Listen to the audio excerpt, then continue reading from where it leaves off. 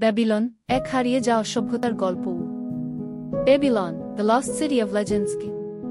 এক সময় এখানে ছিল বিশাল প্রাসাদ, উঁচু মিনার আর জ্ঞানীদের নগর। আজ সেখানে শুধুই বালু আর নীরবতা।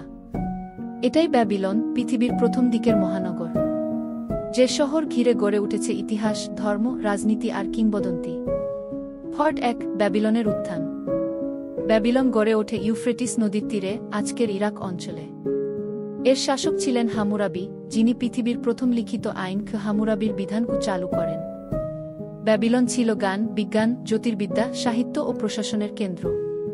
সে সময়ে বলা হতো, যদি জ্ঞান খুঁজতে চাও, ব্যাবিলনে যাও। পার্ট 2, ঝুলন্ত উদ্যান, সত্য না মিথ্যা। ব্যাবিলনের সবচেয়ে রহস্যময় বিষয় ছিল হ্যাঞ্জিং গার্ডেন্স অব ব্যাবিলন।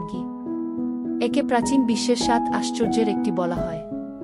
তবে আজও বিতর্ক আছে, এটা আদৌ ছিল কিনা। কেউ বলেন এটি ছিল একটি সবুজ জান্নাত, বিশাল স্তম্ভের উপর ঝুলন্ত বাগান। কেউ বলেন এটি কেবলই কল্পনা। পার্ট 3, ব্যাবিলনের পতন। ব্যাবিলনের পতন ঘটে পার্সিয়ান পারস্য দখলের মাধ্যমে। এরপর গ্রিক ও রোমানদের শাসন।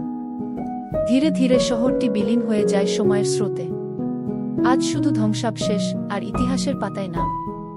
পার্ট 4, ব্যাবিলন কেন আজও গুরুত্বপূর্ণ। বাইবেল, কোরআন ও তোরাতে বারবার ব্যাবিলনের নাম উঠে আসে। এটি প্রতীক হয়ে দাঁড়িয়েছে ক্ষমতা, জ্ঞান ও পতনের। আধুনিক রাজ্য ব্যবস্থা, বিচারনীতি, সবকিছুর শিকড় যেন ব্যাবিলনে। ব্যাবিলন এখন আর নেই, তবে তার কাহিনী বেঁচে আছে প্রতিটি বই, ইতিহাস আর মানবজাতির মধ্যে। এটি শুধু একটা শহর নয়, এটি ছিল সভ্যতার সূচনা।